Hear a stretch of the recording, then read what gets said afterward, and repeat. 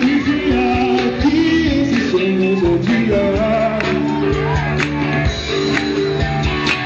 Eu vejo a vida mais clara e farta, repleta de toda satisfação, que se tem direito do firmamento ao chão.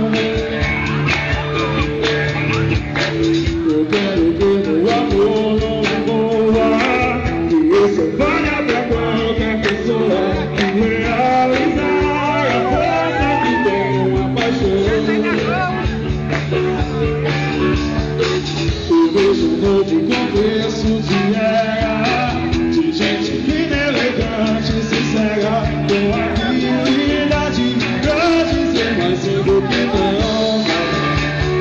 Hoje o tempo do amor escorre pelas mãos, mesmo sem se